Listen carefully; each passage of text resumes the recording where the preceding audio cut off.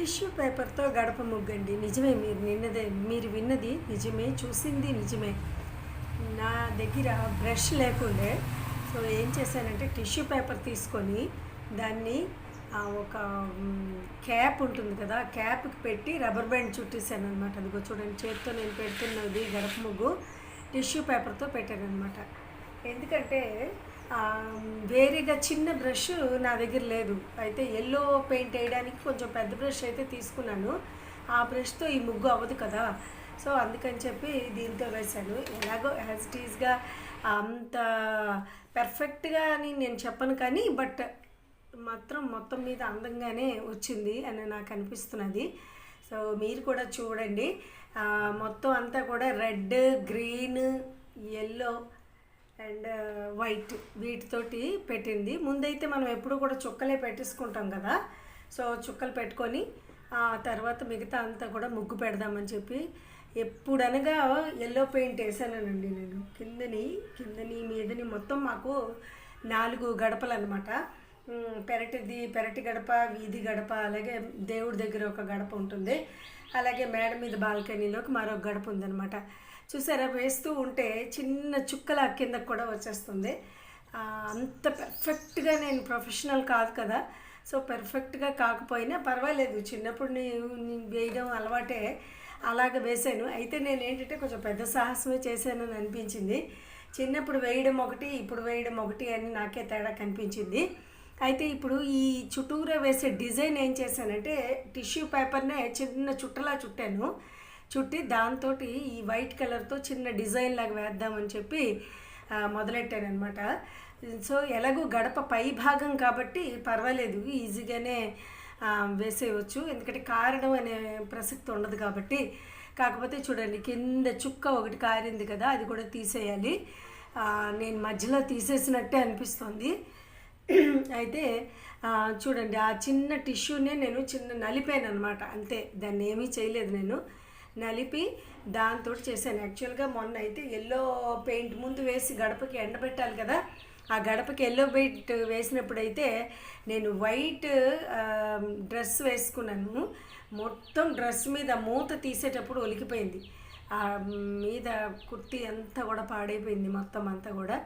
So అది మరి clean చేయడానికి అంటే చాలా కష్టపడితే క్లీన్ అవుతుంది, సో నేను వదిలేసాను.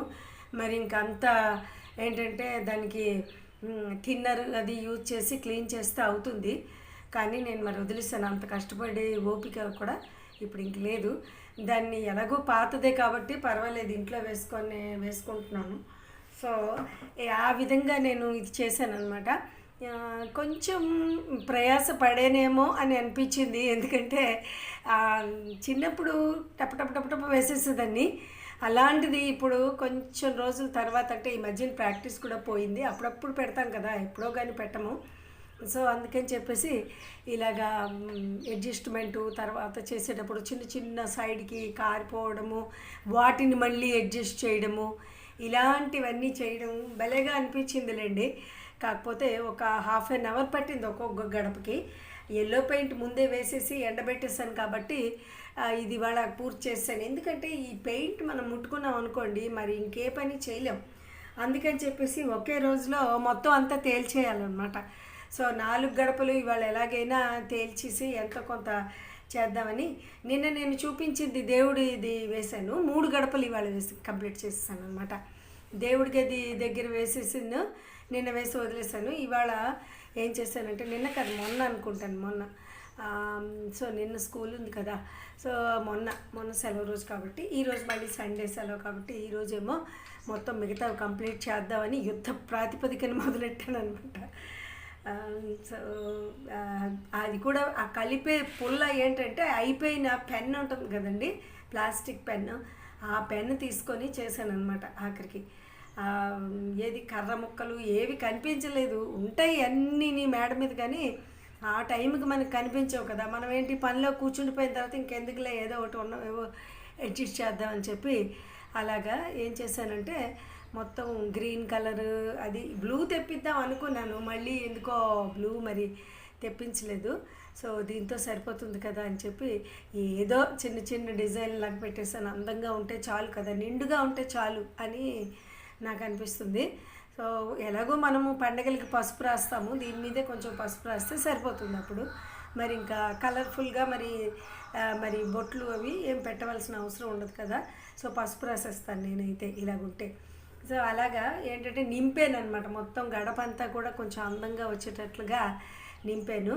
అలాగే ఈ గ్రీన్ కలర్ వేస్తున్నాను, అది కూడా ఏంటంటే ఆ టిష్యూ పేపర్ ముద్ద అయిపోతుంది మళ్ళీ కదా.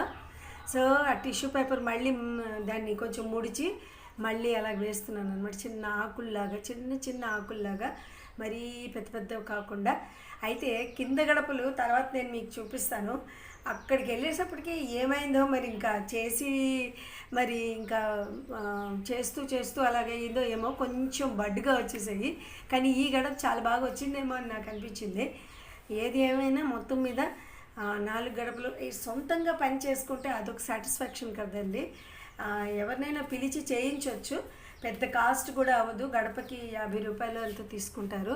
మరి ఇప్పుడు ఎంత రేటో నాకు తెలియదు, ఒకప్పుడైతే 50 రూపీస్ ఉండేది.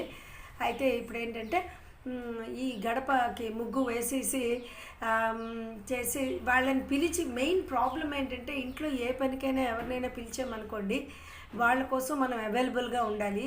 అలా అవైలబుల్గా మేము ఉండడానికి అవ్వటం లేదు. ఎందుకు అంటే మా డ్యూటీస్, మా వర్క్స్కి అనుగుణంగా వాళ్ళు రారు, మేము ఉన్నప్పుడు వాళ్ళు రారు, వాళ్ళు వచ్చినప్పుడు మేము ఉండట్లేదు. సో చాలా పనులు ఏంటంటే సొంతంగా ఏవైతే అవుతాయో కాస్త కష్టమైనా చేసుకోవాల్సి వస్తుంది.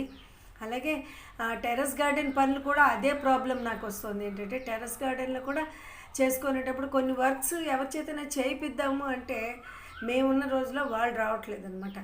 వాళ్ళ కోసం వెయిట్ చేస్తుంటే యువతల గడ్డి లేచిపోతూ ఉంటుంది. ఇలాంటి సమస్యలు అయితే చాలా ప్రాక్టికల్ ప్రాబ్లమ్స్ ఉన్నాయి.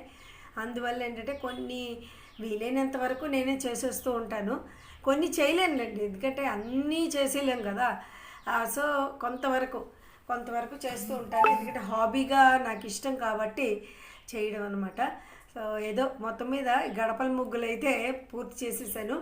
డిజైన్స్ నాకు నచ్చినట్లు, నాకు వచ్చినట్లు, ఏదో పెద్ద అది దించకుండా జస్ట్ నాకు నచ్చింది, నాకు వచ్చింది మాత్రమే చేశాను. సో బాగుందని అనుకుంటున్నాను. మీరు కూడా చూడండి.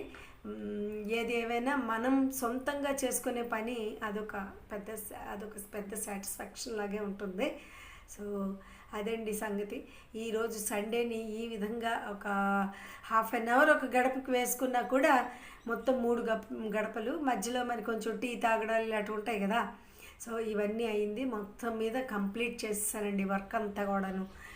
చేసేసి నీట్గా వీటిని ఇంకా పర్వాలేదు, కొన్ని ఒక ఏడాది వరకు చూడక్కర్లేదు వీటివైపు. సో అలా చేస్తాను. ఇంకా పెయింట్స్ మిగిలాయి, వాటిని ఎలా యూటిలైజ్ చేయాలో ఆలోచించాలి. గమ్లాలు అవి ఉంటాయి కదా, వాటికి వేసేవచ్చులేండి. సో ఇదండి సంగతి. So thank you very much అందరికీ కూడా. మీరందరూ కూడా నాకు సపోర్ట్ చేస్తున్నందుకు. అలాగే ఈ ముగ్గుని ఆస్వాదించండి, చూడండి. ఏదో